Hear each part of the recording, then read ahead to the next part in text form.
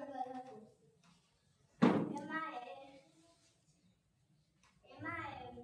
પ્રાણીઓ પક્ષીઓ રહેતા હતા.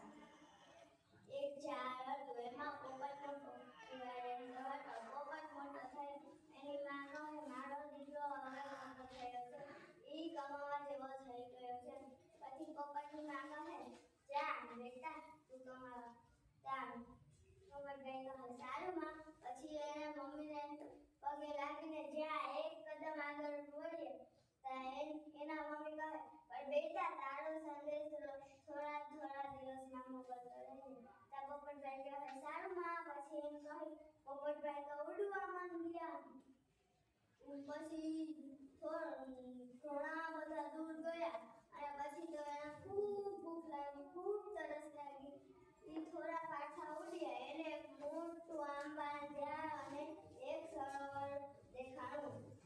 પછી કહે હું આયલો. પછી એને પાણી પીધું, કાચી પાકી કેરી એટલે ખૂબ મજા આવવા માંડી. પછી એને એનું ત્યાં ઘર બનાવવાનો વિચાર કર્યો. પછી એને નાનું ઘર બનાવ્યું એનું ખુદનું. પછી ઈ તો એમાં રહેવા લાગ્યા. થોડા દિવસ પછી એને યાદ આવ્યું મારી મમ્મીએ કીધું તું સંદેશ મોકલ તો લેજે. પછી ઈ તો રાહ જોવા માંડ્યા. પછી એક ગાયનો ગવાર આવ્યો.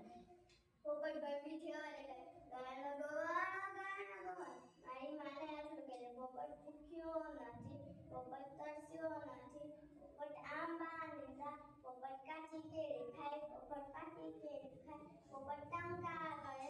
ગાયનો ગવાર કહે ભાઈ હું મારી ગાયોને મૂકીને જાય તો મારી ગાય તો ભાગી જશે તો હું શું કરું? પછી ગાયનો ગવાર કહે તું મને ભર્યો અને ડાયો પોપટ લાગે છે. આમાંથી તારે જે જોતી હોય એ ગાય લે.